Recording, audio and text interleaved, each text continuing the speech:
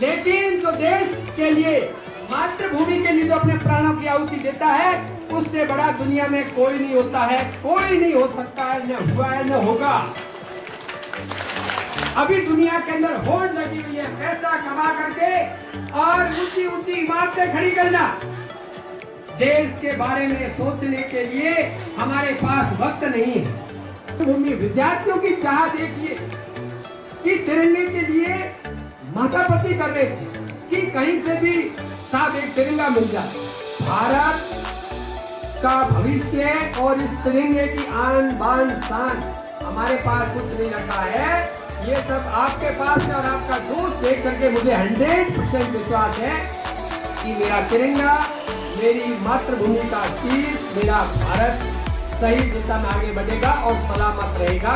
केवल ये जो युवा पीढ़ी बैठी है, मेरे को भारत का भविष्य सामने बैठा है, इसके भरोसे मैं क्या करता हूँ, क्योंकि मैं हर दिन इन विद्यार्थियों के संपर्क में रहता हूँ। और मुझे मेरे विद्यार्थियों, अभी स्कूल में ऐसे विद्यार्थी है, मुझे मेरे विद्यार्थियों की देशभक्ति पर, नेतृत्व शक्ति पर कोई डाउट नहीं है। इसलिए मुझे बिल्कुल, मैं निश्चिंत हूँ, बेफिक्र हूँ कि मेरे देश का भविष्य है वो मेरे विद्यार्थियों के हाथों में सुरक्षित है। और आने वाले 25 साल में जब भारत अपनी आजादी के 100 साल स्वर्ण जयंती मनाएगा, उस समय, अभी नया भारत है, अभी भी आंख में आंख डाल के बात करता है, आंख झुका के बात नहीं करता है। 25 साल बाद में देखना, ये जो अपने आप को तथाकथित समझने वाले, आधुनिक और शक्तिशाली राष्ट्र समझने वाले, वो भारत के आगे पानी भरते नजर आएंगे। ये मैं दावे के साथ कह सकता हूँ, आने वाले 25 साल में भारत की होने वाली है।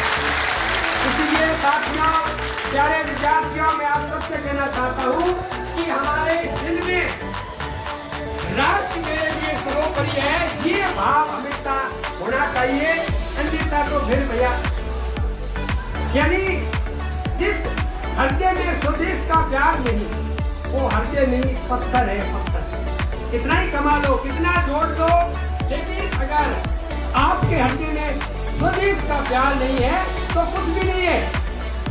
बहुत सारी विद्यालय की संबंधित बातें बतानी है, उससे पहले मैं प्रसिद्ध कवि माखनलाल चतुर्वेदी ने अपनी इच्छा व्यक्त की थी, एक पुष्प को, एक फूल को मध्य बनाकर, वो आपके सामने रखना चाहूंगा।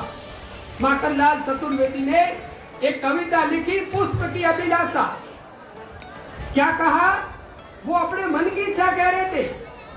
पुष्प के माध्यम से, फूल के माध्यम से, एक कोमल फूल के माध्यम से कह रहे थे कि फूल कहता है कि मेरी चाह नहीं मैं सुरबाला के बालों में गूंथा जाऊं, चाह नहीं कि मैं सुरबालाओं के देवताओं की जो परियां होती हैं उनके बालों में गूंथा जाऊं, चाह नहीं मैं प्रेमिका के बालों में गूंथ कर उसको ललचा, चाह नहीं मैं किसी सम्राट के सौ पर, कोई धीराज बहुत बड़ा सम्राट, चाह नहीं मेरी किसी सम्राट के सौ पर डाला जाऊं, ये मेरी इच्छा नहीं है। ये पुष्प कहता है, चाह नहीं मेरी कि मैं किसी सम्राट के सौ पर डाला जाऊं, और चाह नहीं मेरी किसी देवता के चरणों में डाला जाऊं।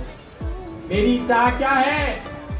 पुष्प कहता है, जिसने बगीचा लगाया है उस वनमाली से कहता है, ये ऊपरवाली मेरी कोई इच्छा नहीं है वनमाली, हे वनमाली मुझे तोड़ देना और तोड़ के मुझे उस रास्ते पर डाल देना जिस रास्ते से इस मातृभूमि पर शीश चढ़ाने जाए वीर अगे, यानी उस रास्ते पर डालना।